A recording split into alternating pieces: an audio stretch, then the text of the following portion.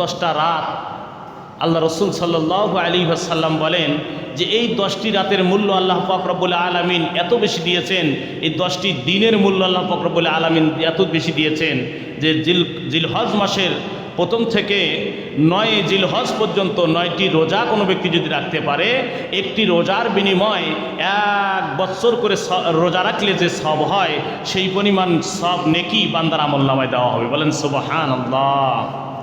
1 বছর করে রোজা রাখার সব। অন্য রমজান মাসের রোজাও বলা হয়েছে যে 1-এর বদলে 10, 1-এর বদলে 10, কিন্তু এই যে এই 10টি দিনের আল্লাহ পাক রব্বুল আলামিন এত বেশি মূল্য বাড়িয়ে দিয়েছেন, কারণ আল্লাহ পাক রব্বুল আলামিন পৃথিবীর সৃষ্টির প্রথমে, পৃথিবীর সৃষ্টির আগে যখন আল্লাহ পাক রব্বুল আলামিন দুনিয়া সৃষ্টি করবে, তার আগে কিন্তু আল্লাহ পাক রব্বুল আলামিন এই 12টি মাসের নাম আল্লাহ পাক রব্বুল আলামিন কোরআনের মধ্যে উল্লেখিত করেছে। এবং আল্লাহ পাক রব্বুল আলামিন এই 12টি মাস আল্লাহ পাক রব্বুল আলামিন দিয়েছেন। এই 12টি মাসের মধ্যে 4টি মাসকে আল্লাহ পাক রব্বুল আলামিন সবচেয়ে বেশি দাম দিয়েছে, গুরুত্ব দিয়েছে। তার মধ্যে প্রথম যে মাসটি সেটা হচ্ছে জিলহজ মাস। কোন মাস? জিলহজ মাস। এই জিলহজ মাসটা আল্লাহ পাক রব্বুল আলামিন এত দামি করছেন যে এই মাসে প্রথম যে 10টা দিন আছে, 10টা রাত আছে, এই 10টা দিন এবং 10টা রাত কোনো ব্যক্তি যদি আল্লাহ পাক রব্বুল আলামিনের ইবাদত করতে পারে, আল্লাহ পাক রব্বুল আলামিনের নৈকট্য হাসিল করতে পারে। তারপরে বলা হয়েছে যে 9 জিলহজের পরে আসতেছে আরাফার দিন। আরাফার দিনে কোনো ব্যক্তি যদি একটি রোজা রাখতে পারে, একটি রোজা রাখে, আল্লাহ পাক রব্বুল আলামিন বলে, আল্লাহ রসুল সাল্লাল্লাহু আলাইহি সাল্লাম বলেছেন যে বিগত গত 1 বছর এবং সামনের 1 বছরের গোনা বান্দার মাফ করে দিয়ে নেকি তার আমলনামায় দেওয়া হবে। বলেন সুবহানাল্লাহ। তাহলে 2 বছর, কয় বছর? 2 বছরের গোনা মাফ করে দিয়ে 2 বছরের রোজা রাখলে যে সব হতো ওই পরিমাণ সব আল্লাহ আমার আমলনামায় তুলে দিবে। বলেন সুবহানাল্লাহ। দেখেন কত গুরুত্বপূর্ণ এই রাতগুলো, দিনগুলো আমাদের সামনে আসতেছে, কিন্তু আসলে আমরা এই জিলহজ মাসের প্রথম যে 10টা দিনের হিসাব কিন্তু আমরা রাখি না। আমরা হিসাব রাখি কি, যে চাঁদ উঠেছে, কোরবানি হবে কবে, কোরবানি হবে কবে, কোরবানির গরু কিনতে যাব কোন বাজারে, কোরবানির গরু কত বড় কিনবো। দেখেন কোরবানির গরু কিনতে গিয়ে আজকে আমরা কত মানুষ আছি যারা এই গরুর পিছনে সময় লাগিয়ে আমরা নামাজ কাজা করি। কি বলেন, ঠিক না? ঠিক। এই গরু কিনতে গিয়ে আমরা কত নামাজ কাজা করি, কিন্তু আপনি হিসাব করছেন? আপনার জীবনে আপনি 77টা বছর পেয়েছেন, 77 বছর হায়াত পেয়েছেন। এই 77 বছর হায়াতের মধ্যে আপনি যদি প্রতিদিন আপনার উপরে কোরবানি ওয়াজিব হয় আর প্রতিদিন যদি আপনি একটা করে কোরবানি দেন, আপনি বলেন তো এই 77 বছরে কোরবানি দিয়ে আপনার কয় ওয়াক্ত নামাজের কাফারা হবে? পারবো 1 ওয়াক্ত নামাজের কাফারা দিতে? 1 ওয়াক্ত নামাজের কাফারা হবে না। আর আপনি একটা কোরবানি দিতে গিয়ে কত ওয়াক্ত নামাজ যে কাজা করছেন, কত অজুহাত দিয়ে। অনেক 5 ওয়াক্ত নামাজিও আছে যারা গরু কিনতে গিয়ে অজুহাত দিতেছে, গোবর লাগছে, পোশাক লাগছে। তাহলে তোমাকে গরুর বাজারে কেন যাইতে হবে? দলে বলে আবার সবাই মিলে বেঁধে যায়, অজুহাত দিয়ে আবার কি করে, নামাজ কাজা করে। তাহলে আপনি 77 বছর হায়াতে প্রতিদিন যদি আপনার উপরে কোরবানি ওয়াজিব হয় আর প্রতিদিনে যদি আপনি কোরবানি দেন, তারপরেও মনে হয় না যে 1 ওয়াক্ত নামাজের কাফারা হবে কোরবানি দিয়ে? হবে 1 ওয়াক্ত নামাজের কাফারা হবে না। কেননা ওয়াজিব কোথায়, কোথায় ফরজ। এই জন্য আমি গত জুমায় তো আলোচনা করছিলাম, আসলে যে ব্যক্তিটা কোরবানি দেব, আমরা কোরবানির জন্য প্রস্তুতি নিতেছি, এই কোরবানির প্রস্তুতি নেওয়ার আগে আমাকে তাকওয়া অবলম্বন করতে, আমার তাকওয়া যে আল্লাহ পাক রব্বুল আলামিন যে কবুল করবে, এই তাকওয়াবান হতে হবে আমাকে।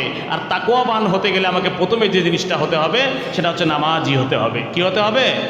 নামাজি হতে হবে। আমাকে সালাত কায়েম করা শুরু করতে হবে। আমার অন্যায় অশ্লীলতা সমস্ত কাজ থেকে আমাকে ফিরে আসতে হবে। কেননা আল্লাহ পাক রব্বুল আলামিন বলে, লা ইয়ানাল্লাহু লুহুমুহা ওয়ালা দিমাউহা ওয়ালাকিন ইয়ানালুহুমুত তাকওয়া মিনকুম। যে বান্দারে তুমি যে কোরবানি দাও, তুমি যে পশু কোরবানি দাও, ওই পশুর কোনো কিছুই কিন্তু আমার কাছে আসে না, রক্ত আসে না, মাংস আসে না, এবং আমি নেইও না, আমি খাইও না, আমার কাছে আসেও না। আমার কাছে আসে, আমি কবুল করি তোমার তাকওয়া। বলেন সুবহানাল্লাহ। কি কবুল করি? আমি তোমার তাকওয়া কবুল করি। কিন্তু দেখা যাচ্ছে যে সেই তাকওয়াটাই আমার নষ্ট হয়ে আছে। সেই তাকওয়ার মধ্যে আমি এখনো তাকওয়া অবলম্বন করতে পারি নাই। বলে কেন? যে আমি এখনো 5 ওয়াক্ত নামাজি হতে পারি নাই, এখনো আমি মিথ্যা ছাড়তে পারি নাই, এখনো আমি সুদ ছাড়তে পারি নাই, এখনো আমি ঘুষ ছাড়তে পারি নাই, এখনো আমি অন্যের উপরে অন্যায় জুলুম করা আমি এখনো ছাড়তে পারি নাই। তাহলে আমার তাকওয়া কিভাবে ঠিক হলো? আমি কিভাবে তাকওয়া অবলম্বন করলাম? তাকওয়ার মধ্যে আমি কিভাবে আসলাম? তাহলে এই তাকওয়া অবলম্বন করতে হবে, আমাকে তাকওয়া ঠিক করতে হবে। তারপর আমাকে কি করতে হবে? কোরবানির প্রস্তুতি নিতে হবে। আর এই যে কোরবানি আমার উপরে আল্লাহ পাক রব্বুল আলামিন যে ওয়াজিব করেছেন, এবং এই কোরবানি ওয়াজিব হওয়ার যে শর্তগুলো, যে কারণগুলো আমরা সকলেই জানি। এটা যে অর্থ, যে পরিমাণ অর্থ, নগদ বর্তমানে অর্থ যেটা, সেটা হচ্ছে যে 1,05,000 টাকা। কত? 1,05,000 টাকা 3 দিন কোনো ব্যক্তির কাছে যদি থাকে, কোরবানির দিন থেকে শুরু করে 3টা দিন যদি কোনো ব্যক্তির কাছে থাকে, সেটা ব্যবসার টাকা হোক অথবা নগদ কোনো টাকাই হোক না কেন, এই সম্পূর্ণ মিলিয়ে যদি আমার কাছে এরকম 1,05,000 টাকা থাকে, তাহলে আমার উপরে কোরবানি ওয়াজিব হবে। আমার উপরে কোরবানি ওয়াজিব। আমাকে একটা ছাগল কিনে হলেও আমাকে কোরবানি দিতে হবে। আর এই কোরবানি দেওয়া হয় একমাত্র শর্ত হতে হবে রাজি এবং খুশি করা কাকে? আল্লাহকে। কেননা আল্লাহ পাক রব্বুল আলামিন শর্ত দিয়েছেন যে কোরবানি তোমরা করবে, এই কোরবানিটা আমি আল্লাহর নামে যেমন হবে, আমি আল্লাহকে রাজি খুশি করার জন্য। কেন? আমি আল্লাহ পাক রব্বুল আলামিন কিন্তু ভালো জিনিস, সুন্দর জিনিসকে পছন্দ করি। কেননা আমি আল্লাহ পাক রব্বুল আলামিন আমার পয়গম্বর ইব্রাহিম আলাইহিস সালাতু ওয়াস সালামের সন্তানকে যে পছন্দ করছিলাম, সন্তানকে যে চেয়েছিলাম, সন্তানকে যে কোরবানি করার কথা বলেছিলাম, স্বপ্নে যে তাকে দেখিয়েছিলাম, তার সন্তানটা কেমন ছিল? বলা হয়েছে যে ইসমাইল আলাইহিস সালাতু ওয়াস সালামের রূপ এবং এত সুন্দর ছিলেন। কেননা ইসমাইল আলাইহিস সালাতু ওয়াস সালামের বংশ থেকেই কিন্তু আমাদের নবী মুহাম্মদ রাসূলুল্লাহ, সকলে বলেন সাল্লাল্লাহু আলাইহি ওয়াসাল্লাম, তার বংশেই কিন্তু এসেছিল। আর তার বংশে আসার কারণেই আল্লাহ পাক রব্বুল আলামিন তার নূর থেকে আল্লাহ পাক রব্বুল আলামিন ইসমাইল আলাইহিস সালাতু ওয়াস সালামকে এত সুন্দর করেছিলেন, এত সুন্দর গঠন করে আল্লাহ পাক রব্বুল আলামিন ইব্রাহিম খলিলুল্লাহ তার পয়গম্বরকে যখন সন্তান কোরবানি দেওয়ার কারণ হচ্ছে কি? আল্লাহ পাক রব্বুল আলামিন তার খলিল ইব্রাহিম খলিল যে বলা হয়, যে খলিল হওয়ার কারণ কি? আল্লাহ পাক রব্বুল আলামিনের বন্ধু হয়ে গিয়েছিল। এত বন্ধু হয়ে গিয়েছিল যে ইব্রাহিম আলাইহিস সালাতু ওয়াস সালাম যা করে একমাত্র আল্লাহর জন্যই করে, যা করে একমাত্র আল্লাহর জন্যই করে। যখন আল্লাহ পাক রব্বুল আলামিন তাকে সন্তান দিলেন না, সন্তান নাই, 86 বছর বয়সে যখন আল্লাহ পাক রব্বুল আলামিন একটা সন্তান দিলেন, তখন দেখছে যে সন্তানের উপর মায়া মহব্বত বেশি। বলা হচ্ছে যাও সন্তানকে রেখে আসো মরুভূমির মধ্যে। এবার যখন সন্তানকে মরুভূমির মধ্যে রেখে আসলো, 1 বছর নয়, 2 বছর নয়, 13 বছর ধরে আল্লাহর হুকুম না হয় নাই, ততক্ষণ পর্যন্ত যায়ও নাই। 13 বছর পর দেখা যাচ্ছে তার মনের ভিতরে, অন্তরের ভিতরে কামনা জেগেছে, আশা জেগেছে, হায়রে আমার সন্তানটাকে ওই যে রেখে এসেছি মরুভূমির মধ্যে, বাঁচলো কি মরলো, কেমন হলো না হলো, হায়রে 13 বছর বয়সে হয়তো মনে হয় অনেক বড় হয়ে গিয়েছে। এই কামনা আসা শুরু হয়ে গেছে। আল্লাহ পাক রব্বুল আলামিন স্বপ্নে দেখাইলো যে ওই সন্তানকে যাও কোরবানি দাও, সন্তানকে কি করো? কোরবানি দাও। দেখেন আল্লাহ পাক রব্বুল আলামিন কীভাবে তার আল্লাহর পয়গম্বরদেরকে পরীক্ষা করেছেন। এভাবে যদি আমাদেরকে পরীক্ষা করে, আমরা মনে হয় না যে এই পরীক্ষাগুলোতে পাশ হব। আল্লাহর পয়গম্বরকে যখন সন্তানকে কোরবানি দেওয়ার কথা বলা হলো, কোরবানি যখন স্বপ্নে দেখলেন, এবার সন্তানের কাছে চলে গেলেন। সন্তানের কাছে গেলেন, মক্কার মরুভূমির মধ্যে, মক্কার মধ্যে চলে গেলেন। ওই মরুভূমিতে রেখে এসেছিল। দেখে যে মরুভূমির মধ্যে রেখে এসেছিল, কোনো বাড়ি নাই, ঘর নাই, কোনো মানুষ নাই, সেই জায়গার মধ্যে ঘনবসতি গ্রাম এলাকা হয়ে গেছে। সন্তানের কাছে চলে গেছে। সংক্ষেপে বলতেছি, এই সন্তানের কাছে গিয়ে সন্তানকে সামনে যখন পেয়েছে, দেখে যে সন্তানের হাতের মধ্যে একটা দা, ওই দা দিয়ে ইসমাইল আলাইহিস সালাতু ওয়াস সালাম 13 বছরের যুবক সন্তান, এই সন্তান এবার কি করতেছে? তার মার যে ঘরটা আছে, ওই ঘর ভালো করার জন্য খেজুরের ডাল কাটতেছে। খেজুরের ডাল কাটার জন্য দা নিয়ে রাস্তা দিয়ে যাইতেছে। ওই সময় আল্লাহর পয়গম্বর ইব্রাহিম আলাইহিস সালাতু ওয়াস সালাম খুঁজতেছে আমার সন্তান কোথায়, আমার সন্তান কোন বাড়ির মধ্যে আছে, কোন ঘরের মধ্যে আছে। এলাকাবাসীকে অনেককে জিজ্ঞেস করতেছে। জিজ্ঞেস করতে করতে একজন যখন দেখিয়ে দিলেন যে ওই কুটিরি ঘরের মধ্যে একজন ইসমাইল নামে একজন ছেলে থাকে, একজন মুরব্বী মা থাকে, ওই ঘরের মধ্যে চলে যাইতে পারেন। ওই ঘরের দিকে যখন যায়, রাস্তার দিকে তাকিয়ে দেখে রাস্তার মধ্যে ওই ইসমাইল আলাইহিস সালাতু ওয়াস সালাম হাতের মধ্যে দা নিয়ে আছে। আল্লাহর পয়গম্বর ইব্রাহিম আলাইহিস সালাতু ওয়াস সালাম কাছে গিয়ে এই সন্তানকে জিজ্ঞেস করে, ও সন্তান রে, বলো তো ইসমাইল নামে ছেলেটা কোন ঘরের মধ্যে আছে, কোন বাড়ির মধ্যে আছে, একটু দেখে দাও। ওই সন্তান ডাক দিয়ে বলতেছে, আমার নামই হচ্ছে ইসমাইল, আমার বাবার নাম হচ্ছে ইব্রাহিম আলাইহিস সালাতু ওয়াস সালাম। এবার বাবার নাম সঙ্গে সঙ্গে কি করলো, বাবার নামও পরিচয় দিয়ে দিলেন। আর বাবার নাম যখন এই পরিচয় দিয়ে দিয়েছেন, ইব্রাহিম আলাইহিস সালাতু ওয়াস সালাম সঙ্গে সঙ্গে বুকের মধ্যে আমজা করে ধরছে। হাই রে, 13 বছর পর ওই যে ছোট্ট শিশু বাচ্চাকে রাখে আসছে, 13 বছর পর ওই সন্তানকে সামনে পাইলে কত বড় মহাব্বতী হয়ে যাবে চিন্তা করে দেখেন। বুকের মধ্যে আমজা করে ধরছে, আর আমজা করে ধরেই কিছুক্ষণ থেকেই মনের মধ্যে আবার আল্লাহর হুকুম হয়েছে, স্বপ্নে কি, সন্তানকে কোরবানি দেওয়া। বেশিক্ষণ যদি বুকের মধ্যে ধরে থাকি তাহলে কি হয়ে যাবে, মহাব্বত সৃষ্টি হয়ে যাবে। বেশি মহাব্বত হলে আবার আমি কোরবানি দিতে পারবো না। এবার সন্তানকে ডাক দিয়ে বলতেছে, বাবা আমি তোমার বাবা ইব্রাহিম। মায়ের কাছে গেলেন, মা পরিচয় দিলেন, হ্যাঁ বাবা এটাই তোমার বাবা। এবার পরিচয় দেওয়া দেরি, এবার সন্তানকে বলতেছে, বের করে দাও, আমি সন্তানকে নিয়ে যাব। বলা যে সন্তানকে সাজিয়ে দিলেন, গজিয়ে দিলেন। এই সন্তানকে রাস্তার মধ্যে নিয়ে যাইতেছে, নিয়ে গিয়েই বলা হয়েছে যে আরাফাতের ময়দানের যাওয়ার একটু আগেই সন্তানকে এবার ডাক দিয়ে বলতেছে, ইন্নী আরা ফিল মানাম, ইন্নী আরা ফিল মানামি আন্নী আযবাহুকা ফানজুর মাযা তারা। সন্তান রে, 13 বছর পর আমি তোমাকে দেখেছি, আসলেই আমি তোমাকে খুবই ভালোবাসি, মহাব্বত করি। এ কথা আমি বলতে চাই নাই। 13 বছর পর তোমাদের কাছে আসলাম। কেন আসলাম জানো? আল্লাহর হুকুম হয়েছে এই জন্যই এসেছি। আল্লাহর হুকুম যদি না হতো তাহলে আমি আসতাম না। কিন্তু তোমাকে যে আমি নিয়ে যাচ্ছি, তোমাকে নিয়ে যাওয়ার কারণ হচ্ছে আমি স্বপ্নে দেখেছি আমি ইসমাইল, তুমি সন্তানকে আমি কোরবানি দিতেছি। সন্তানকে বলতেছে, ইসমাইল আমি তোমাকে কোরবানি দিতেছি, আমি স্বপ্নে দেখেছি। এবার ইসমাইল আলাইহিস সালাম 13 বছরের বাচ্চা, ছোট্ট ওই বাচ্চা ডাক দিয়ে বলতেছে, বাবা নবীদের স্বপ্ন কোনোদিন মিথ্যা হয় না। নবীদের স্বপ্ন আল্লাহ পাক রব্বুল আলামিন যেটা দেখায় এটা বাস্তবেই দেখায়।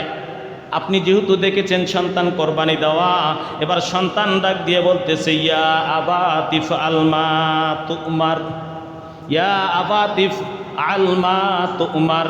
ও বাবা, নবীদের স্বপ্ন কোনো সময় মিথ্যা হয় না। আপনি আমাকে কোরবানি দেন, আর দেরি করেন না, আপনি এখনই আমাকে কোরবানি দেন। সাতাজিদুনি ইনশাআল্লাহু মিনাস সাবিরিন। আমাকে ধৈর্যশীলের মধ্যেই পাবেন, আমাকে সবুরের মধ্যেই পাবেন। ও বাবা আমাকে কোরবানি দেন। এবার কোরবানি দেওয়ার জন্য মিনার প্রান্তরে যখন নিয়ে যাওয়া হলো, বলা হয়েছে সন্তানকে কোরবানি দিবে। ওই সময় সন্তানকে কোরবানি দিবে যখন গলার মধ্যে ছুরি চালাবে। এই গলার মধ্যে ছুরি চালাবে যখন, একবার চালায় দেখা যাচ্ছে ছুরি কাটে না, দ্বিতীয়বার চালায় কাটে না। ইতিহাস খুঁজলে পাওয়া যায় ইব্রাহিম আলাইহিস সালামের ওই হাতের চুরিটা, হাতের চাকুটাই এত ধারালো ছিল যে ছুঁড়ে দিল 2 বার, দ্বিতীয়বার যখন কাটে না, যে ছুঁড়ে ফেলে দিছে যখন, একটা বড় পাথরের মধ্যে লেগে পাথরটা সহ দ্বিগন্ধিত হয়ে গেছে। এত ধারালো ছুরি, কিন্তু ইসমাইলের গলা কাটে না। হুকুম হয় নাই কার? আল্লাহর হুকুম হয় নাই। আল্লাহর হুকুম না হওয়ার কারণে কাটতে পারে না।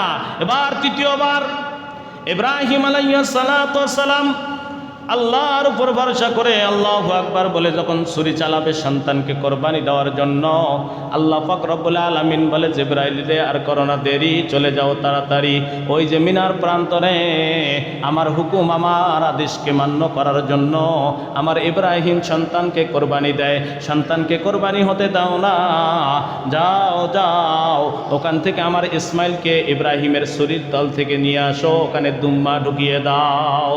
বলা হয়েছে হাদিস শরীফ খুললে পাওয়া যায়, ইব্রাহিম আলাইহিস সালাম তৃতীয়বার যখন ছুরি চালাবে, এবার আকাশ থেকে শব্দ করে জিবরাইল আলাইহিস সালাম শব্দ করলেন, আল্লাহু আকবার, আল্লাহু আকবার, আল্লাহু আকবার, আল্লাহু আকবার শব্দ যখনই করলেন, ইব্রাহিম আলাইহিস সালাম পিছনে ঘুরে দেখে আল্লাহু আকবার শব্দ কোথা থেকে আসতেছে, আল্লাহু আকবার শব্দ কোথা থেকে আসতেছে।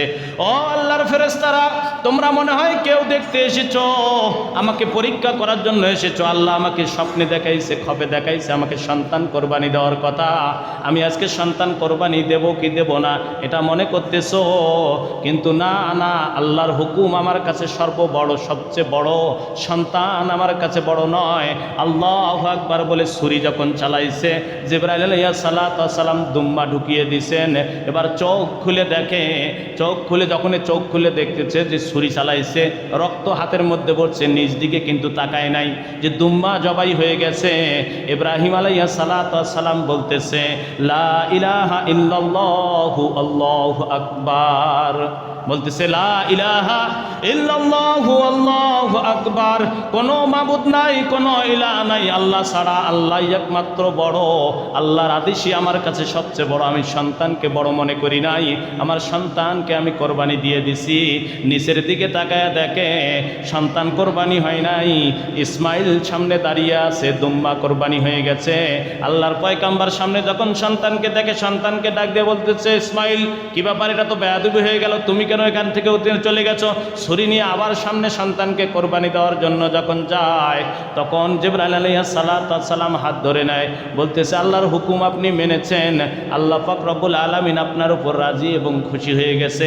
ইসমাইল আলাইহিস সালাম ওই সময় ডাক দিয়ে বলতেছে আল্লাহু আকবার ওয়ালিল্লাহিল হামদ, আমি আমার বাবার শুকরিয়া করি না, আমি আমার বাবার ভালো মন্দ গাই না, আমার বাবার শুকরিয়া করি না, কেননা আমার বাবা আমাকে কোরবানি দেওয়ার জন্য প্রস্তুতি নিয়েছিল, আল্লাহ আমাকে বাঁচিয়েছে, আমার আল্লাহই বড়, আল্লাহই বড়। এই যে তিনজন ব্যক্তি তিনটা কথা বলছেন, এই তিনটা কথাই এবং তিনটা বাক্যই আমরা কিন্তু 9 জিলহজ আরাফাতের দিনে বলা হয়েছে, ফজরের সময় থেকে শুরু করে 3 দিন আমাদের জবানের মধ্যে থাকবে। কয়দিন? 3 দিন এই বাক্যটা আল্লাহু আকবার, আল্লাহু আকবার, লা ইলাহা ইল্লাল্লাহু, আল্লাহু আকবার ওয়ালিল্লাহিল হামদ, ওয়ালিল্লাহিল হামদ। 9